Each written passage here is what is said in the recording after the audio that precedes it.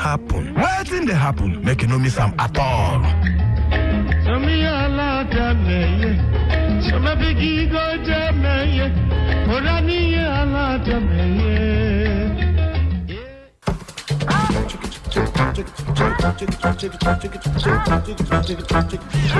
Hello, my people. Are you ready for an electrifying experience that would send shivers down your spine? Welcome to the thrill. Hold on tight as we dive into the hottest high life tracks that will make your pulse race and your feet move. It's not just a show. It's a musical and talk adventure that would leave you craving for more. Ladies and gentlemen, welcome to the thrill. Mondays to Thursdays, 9 p.m. Only on Today95.1 FM.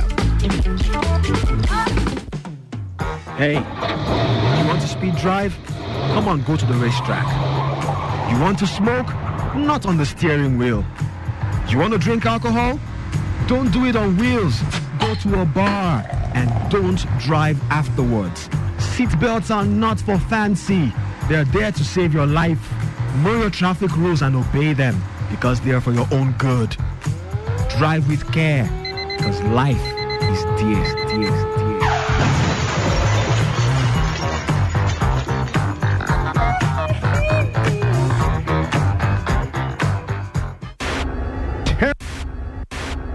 Turn the dial and turn up the thrill. We are not in the same league. We are rewriting the rules. Here on Today 95.1 FM. We talk, you listen.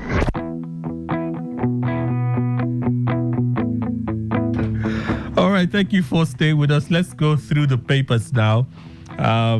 Look at some of the stories before we begin our conversation this morning. 2 minutes now past the hour of 8. Don't mind Comrade Izu Jr., who just walked into the studio. They're trying to do me basketballs, but it won't work. All right, so let's begin with Daily Post this morning. We're committed to rescuing remaining abducted Chibok girls. Borno State Government. Borno State Government has assured parents of the abducted Chibok schoolgirls of the government's continued effort to rescue the rest of the abducted girls 10 years after the ugly incident. Professor Usman Tad, the State Commissioner for Information and Internal Security, gave the assurance on Saturday at a presser to mark 10 years of the Chibok girls' abduction. Tad says that 10 years ago, the Boko Haram insurgents criminally abducted 276 innocent girls in their hostels at Government Girls Secondary School, Chibok. This painful date is ingrained in our collective memory, and we shall not rest on our oars until the last of our innocent girls are back home with their families.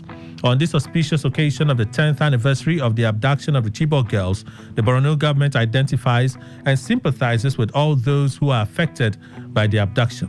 The government wishes to inform the public that we shall continue to struggle to salvage our abducted girls on behalf of the parents and relatives of the Chibok girls who are still in captivity, he says.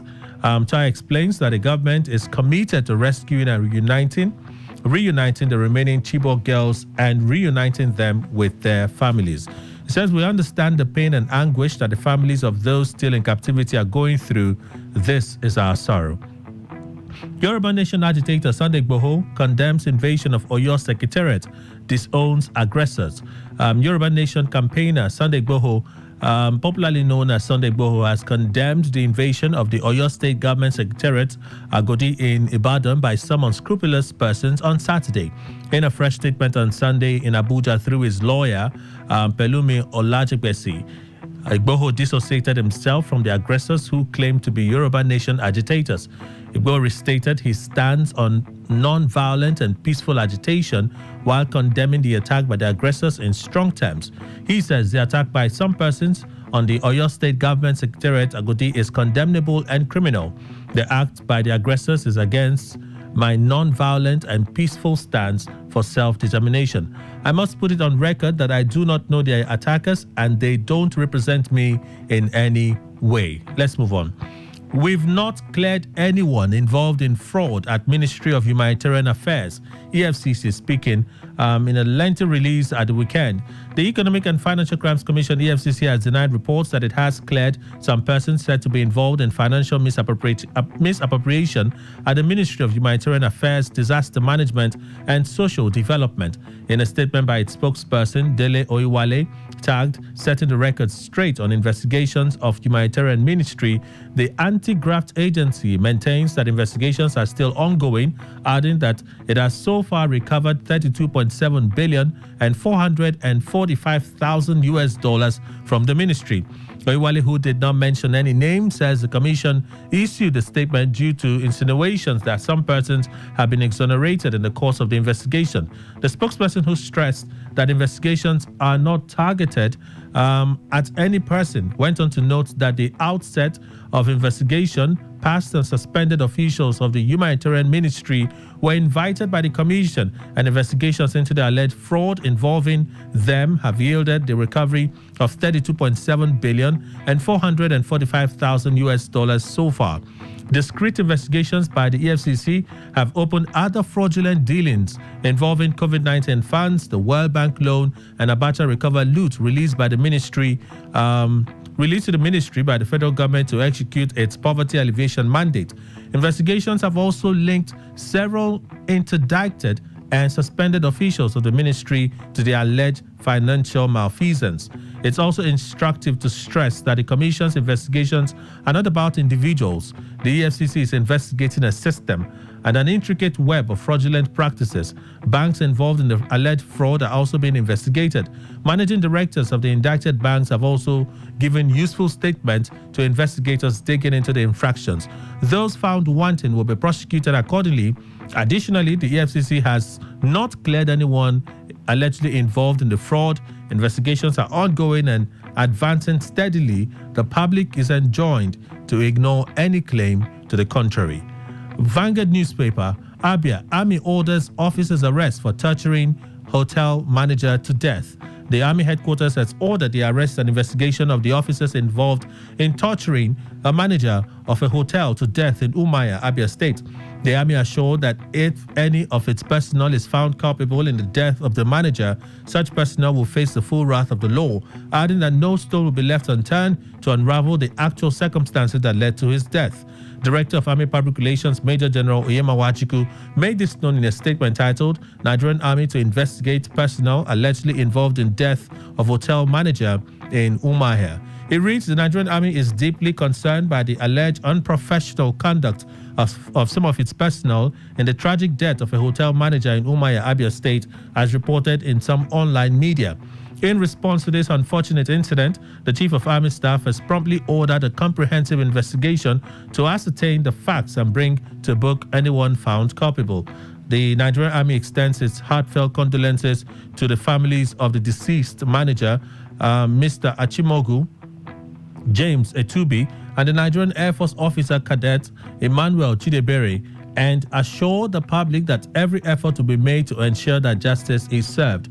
The Army is committed to upholding the highest standards of professionalism and discipline, and therefore any personnel found culpable of wrongdoing will face appropriate legal sanctions. All right, still from Vanguard, armed herdsmen attack ex-governor Autumn COS in farm, abduct wife and maid. Former chief of staff COS to former Governor Samuel Autumn of Benue State, Mr. Tawase, was on Friday evening attacked in Makurdi by suspected armed herders who also abducted his wife and house help. According to a statement on the verified social media page of his close associate, the former chief of staff wife, Abigail, and maid Patience came under attack at his farm located near the Genocide Cemetery along Mobile Barracks Welfare Quarters in the outskirts of the capital at about 6 p.m. Quoting eyewitnesses, the close aide said the victims had gone to inspect the wedding of their farm located close to the road when they came under attack by armed men. He says, after the inspection of the work and payment of the workers, 5 gunmen suddenly attacked their victim as they walked back to their car. It was reported that they opened fire and Honorable Obondi received a bullet on the right arm while they ordered him and the woman to follow them to an unknown destination. The shooting was said to have caused villagers and passers-by to scamper for safety in different directions. As they marched along, the former chief of staff was said to be bleeding profusely and unable to walk quickly. The witnesses who watched from a distance said the leader of the group ordered him to walk away while the gunmen took the woman to an unknown destination, while some good Samaritans conveyed the chief of staff to a hospital. The police public relations officer, Superintendent of Police, Catherine Anene, confirmed the development. Premium Times: 21 Chibok girls forced into motherhood, some returned to their abductors. 21 Chibok girls forced into motherhood, some returned to their abductors. Between 2016 and 2023, no fewer than 21 Chibok girls who escaped captivity or were rescued by the military returned with 34 children. A recent report by the Murtala Mohammed Foundation has shown the children aged between 5 months and 7 years now live with their mothers, who struggled to move on from the trauma they went through. A screenshot of a propaganda video released by Boko Haram in 2014 after the girls were kidnapped is also part of that report. Some of the mothers, however, returned to their former Boko Haram husbands to nurture the children they had together while in captivity, and 128 others were rescued or escaped in batches between 2016 and 2023.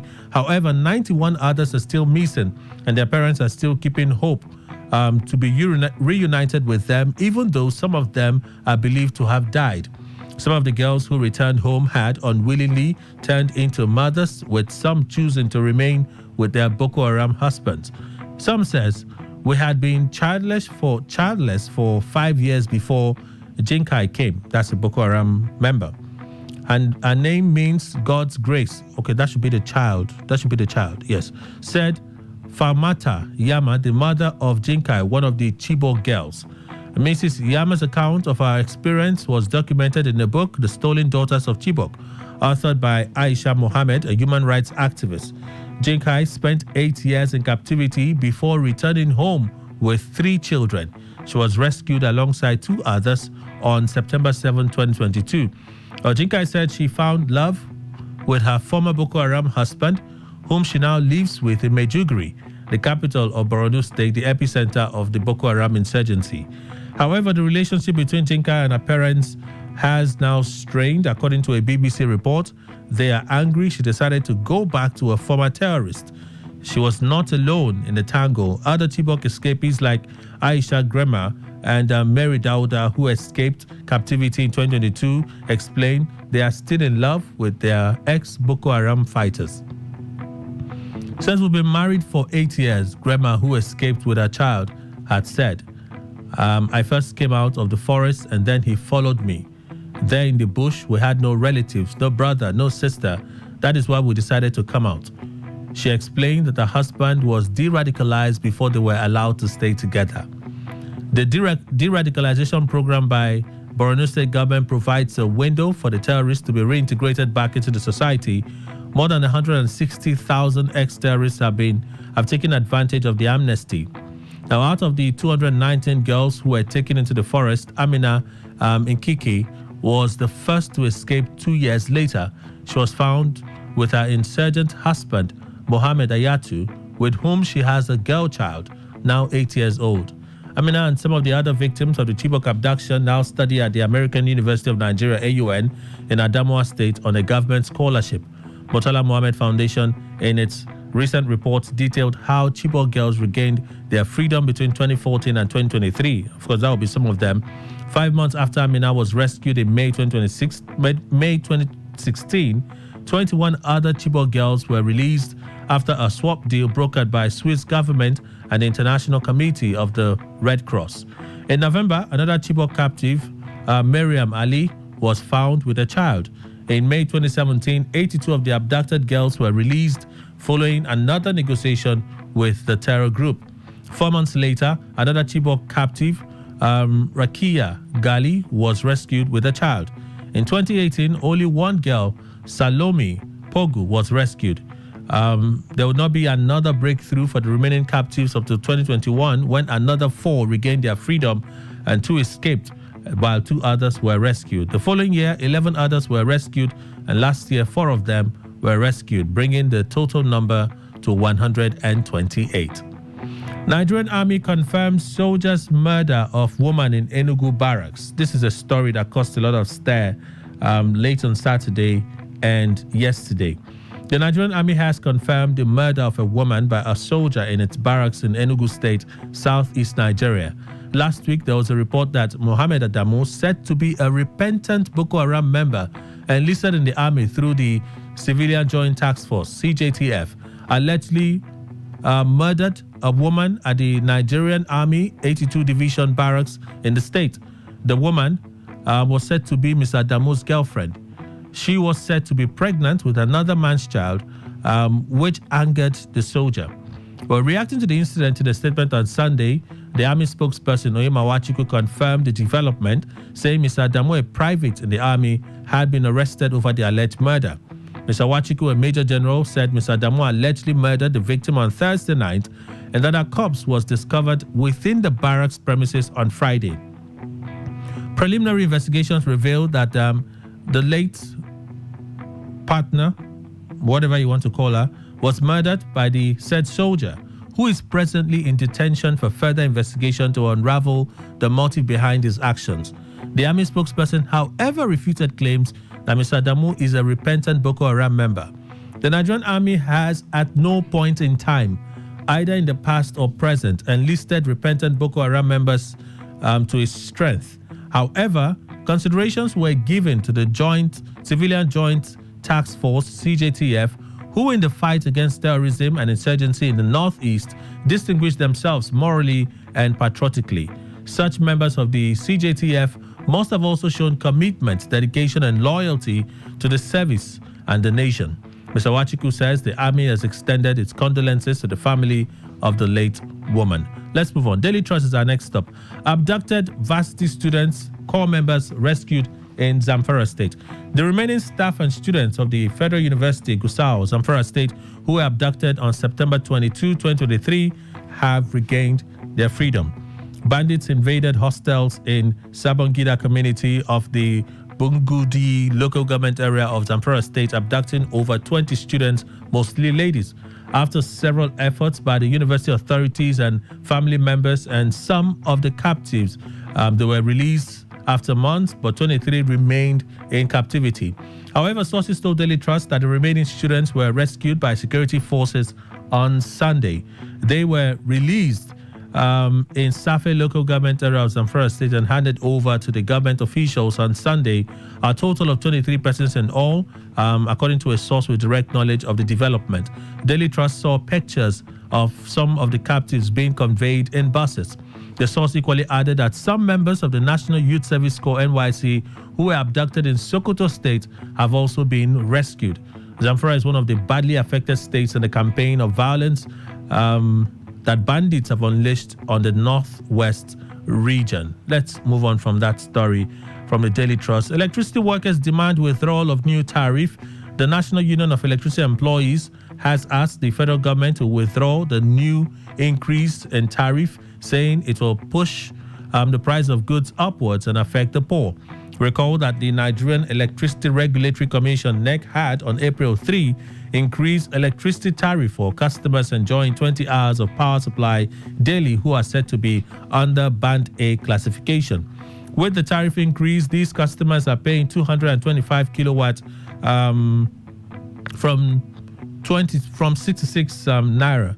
In a letter to the Minister of Power, the union described the increase as absurd for a country already facing steep increases in prices of goods and services. The letter, signed by the union's acting general secretary, Dominic Igwebike, said the increase would inadvertently push citizens to purchase foreign products as local products are beyond their reach. The union equally says with this, it will force companies that could withstand the low patronage to eventually, that could not, that's the word, The union said this would force companies that would not be able to withstand low patronage to eventually close down, while calling for the withdrawal of the new tariff as it is not beneficial to Nigerians. The electricity union says the safety of its members is at stake and at the risk of being attacked by people in the community when they visit for disconnections. It also alleged that the minister did not seek the input of stakeholders before the decision was made.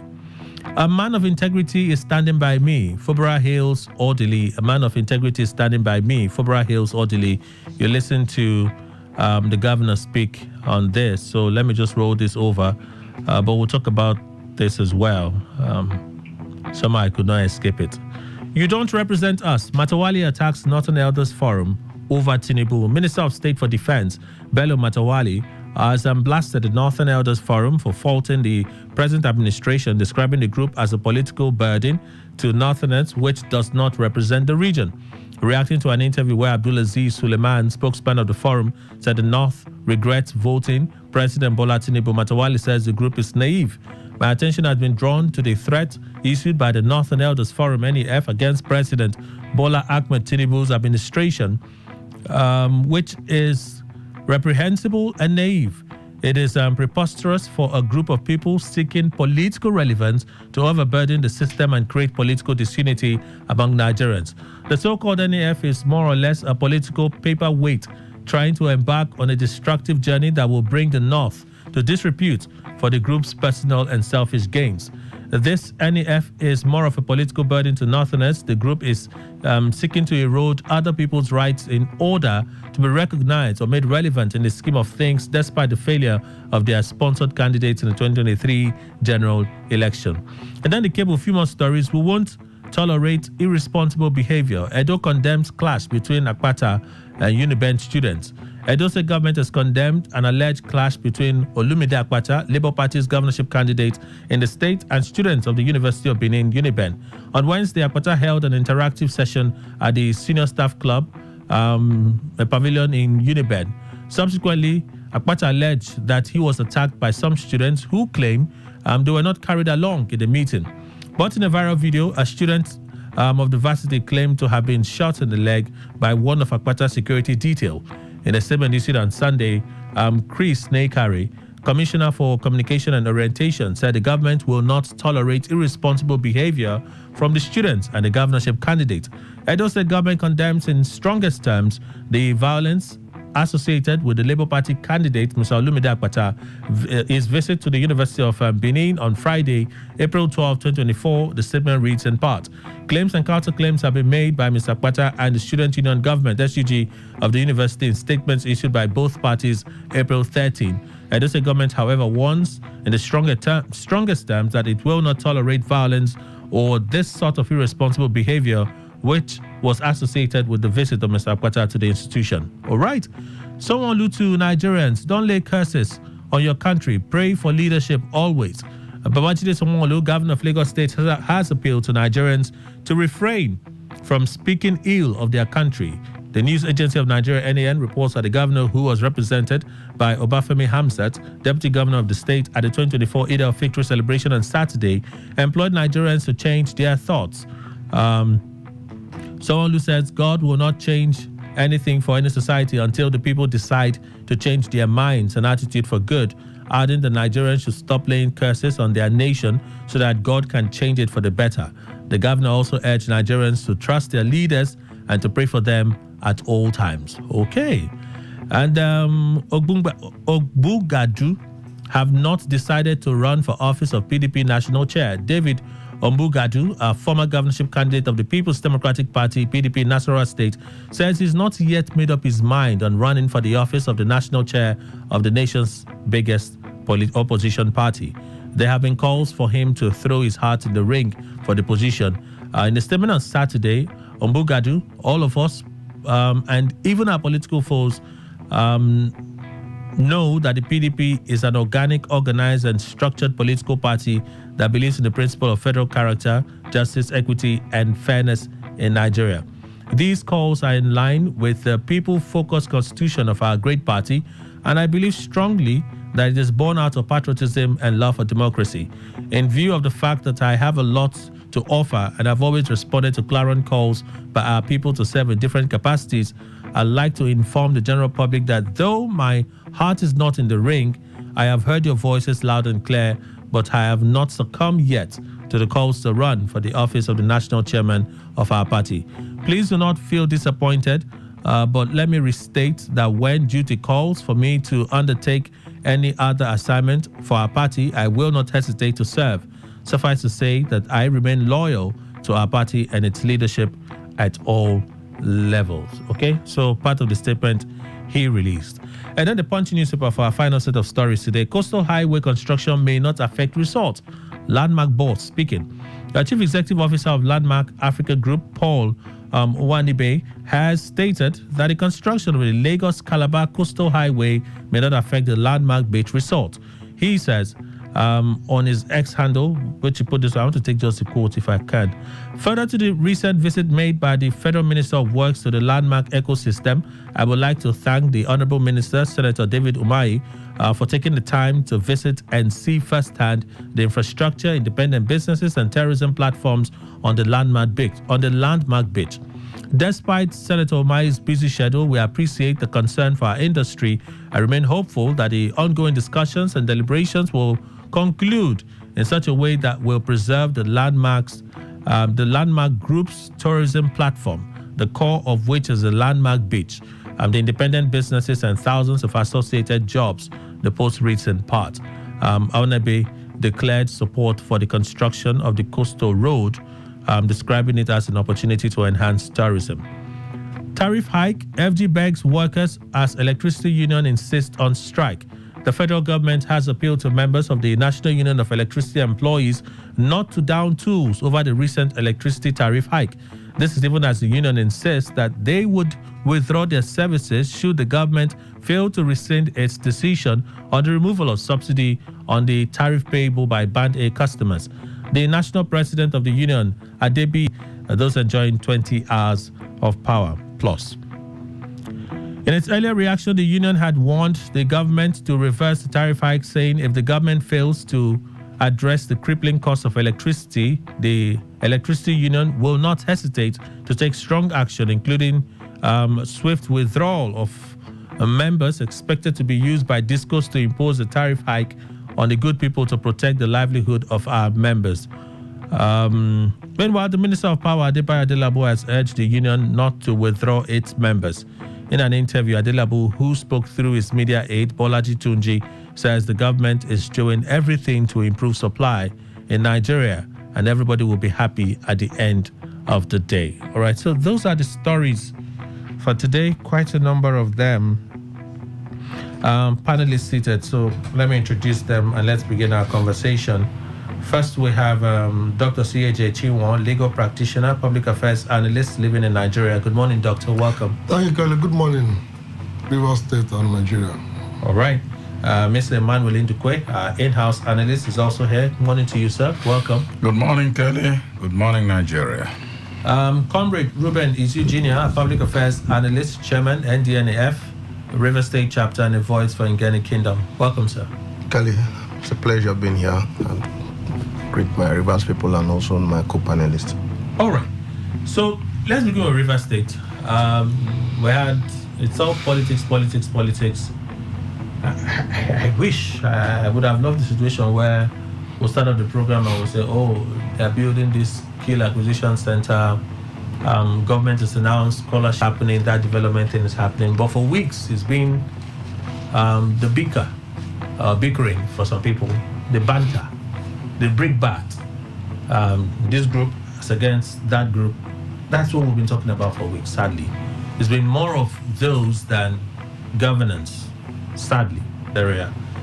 Which of the area, whether it's Ogun or Bolo, I can't confirm for now. But some of the things he said is what I want to read out, just some of them. He says, when Ijaw people made him governor, that is Wike, we did not try to control him, Wike. We did not try to use him to siphon the funds of River State. We didn't know that Wike's plan was to use a successor to further steal the funds of River State. But you know, a true Ijaw son will never allow himself to be used. A true Ijaw son will never allow himself to be used. And because Sim Fubara refused to be used, Wike said he wants to impeach him. Let him come. He has been lying to the president. He did not tell the president that he stole River State dry. Today, all of us support the president. We support President Tinubu. You cannot be stealing in your state and then you go and lie to the president in Abuja. Mr. President has compensated you enough, giving you a juicy ministry like you want, FCT. Stay there.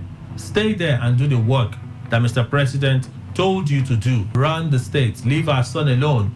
You brought him, we have taken him. He's our son, we have taken him. What kind of a thing is that? And those members of the State Assembly who are allowing themselves to be used, especially our Ijaw children who are in the State Assembly, who are allowing themselves to be used against Ijaw interests, we shall ask you questions when the time comes. You are not representing yourselves, you represent the Ijaw nation, and you think that you are going to fight Ijaw. Of course, you know it's weekend now. This is the time to retrace your steps. For 24 years, Ijaw nation have been waiting to have an Ijaw governor in the state. 24 years now, we have managed to get one, and is using 27 people to destabilize him. Part of the statement. But what is really interesting for me is the argument of Wike stole, Wike stole, Wike stole. Up until that while, there was no need to raise the alarm that Wike was stealing. Same thing with Wike flip side. When Wike had his first one of those missile throwing sessions, he said, we gave contract to Abie Sekibo. He did not get him, he did not do anything. So, I like to ask, this is the season where they are taking sides. How many more of this are we going to hear? And can these things be x-rayed through the lens of objectivity to say what this person is saying is true? Or perhaps it's just part of the politics that we're seeing in Rivers State right now. Let me begin with Dr. Chinwo. Kelly, Sir? I don't know why you have to begin with me. I'm a political neophyte. I just recently started joining them in politics to see how interesting it is. But that issue, Wike has said, if you have anything against me, petition me to EFCC. Nigeria, definition of stealing in Nigeria is if you are caught. If you are not caught, you are a great man who is lucky, who is self-made, or if you are humble enough, you say God made you. So all of them, since Wike has not been arrested, not to talk about being convicted, I will not join to say he stole. And since Abie Sekibo have not been arrested, not to talk of convicted, whether for being awarded contract or not, unfortunately I can't say that he stole. It is the way we have gotten to Nigeria. Our definition of crime is if you are caught, and if after all the shenanigans, maybe by the Supreme Court still agrees that you are guilty. So I can't say that. Where I wanted to comment, I wish to comment, even if I wasn't invited, is on the aspect of Abie Sekibo ethnicizing this issue.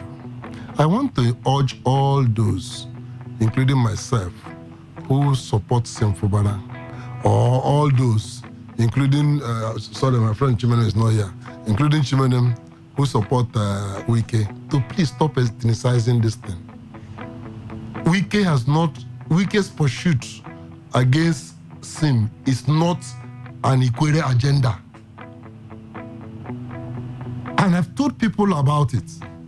For instance, take for instance, who is the most prominent youth standing out for Sim in Rivers State?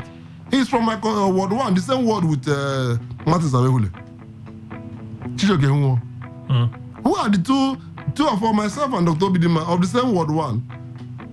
We are in court saying Martin Sabehule, we didn't send you to do what you are doing with your courts. I've not even heard that somebody from Abie Sekibo's constituency have taken such action against his own constituents. You are saying our job youth, take action because they are doing legal things that they can torpedo the ship. You don't do it. You are making statements in church or wherever. No, platform. Or platform, wherever. Simplify Thanksgiving. A good Thanksgiving. So what I'm saying is that don't ethnicize this thing. It is a matter for Rivers State to say, are we going to survive as a state or at the impulse of one man So it is not, Wike is not pushing Ikwe agenda. People should know that. And I'm sure Sim is not pushing Ijo agenda. Sim is, if like Dr. Lee said that the other day, Sim is defending that which belongs to the state, the governorship. And I can repeat it for the umpteenth time.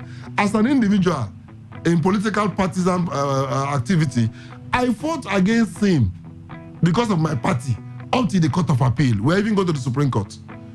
You understand me? We didn't do it because of ethnic dissent. And so let's not, but let us see that. And we said, having been elected or Supreme Court having confirmed, that ends it. He becomes the governor of Rivers State. So no Rivers man should come out. Because see, people like, with all due respect, Abia Sakobo, there are some of the people who even gave Wike the wings he had to act as if nobody existed. They made him think that he can do anything and get away with it. I used to ask some of my colleagues from the Riverine areas, what happened to you people? Is it that Wike has so impressed you that Wike even used to say that the only opponents he has, Amechi said that the only opponents he has are Ikwe people. So the point is, please, let's look at this thing patriotically and constitutionally as a state matter of the state. And say, stop it. When they ethnicize it, and when we made Wike, no, it's not because they made Wike, it's because Wike had his own way and walked his way down there. Do you understand me now? It didn't make him. And he allowed him to develop the wings he did. It's just that God, in his own infinite wisdom, has worked this out that Wike suddenly realized that he's not God. He can, if you think you're Alpha, he can't be Omega. You're not even Alpha now. You understand? So I wish that before we are addressing this issue, it should be properly presented so that we face the issue. That's the very reason why, when I listen to this, as one who's from Rivers State, as a Nigerian, I'm a bit concerned. Yes. Because I've followed some of these events for a while. When they were friends, nobody heard anything. The moment they became enemies, at least political enemies, they now begin to use ethnic groups. This one says you stole, I gave you contract. This one says you are this, this one says you are that. Now, I suppose that Fobra is, or rather, basically, is in sync with Fobra. So he's singing Fobra's praises to the high heavens. When they fall out, Fobra becomes the enemy, becomes the bad person, and so on and so forth. If we were to address issues in Rivers State correctly, yes, where do we begin from? Or perhaps who should we be looking to hear from? Me, I would say it's the people. You know, I'm happy I can. I'm coming. Which people? The people that will be clapping for them when they step on this podium. I'm going to tell you why I said what I've said now. You see, and I'm happy that people who have been listening to me on this studio will also know that it's a trend of reasoning. In 2015, 27th of May 2015, Wike's inaugural lecture, pre-inauguration lecture by Chris Okoko. He finished the lecture, and I was one of the people given opportunity to be discussants. And I came out and said that day, Wike was there. Former Governor Odili was there. Former Governor Lemoya was there. Osiji Okucha was chairman of the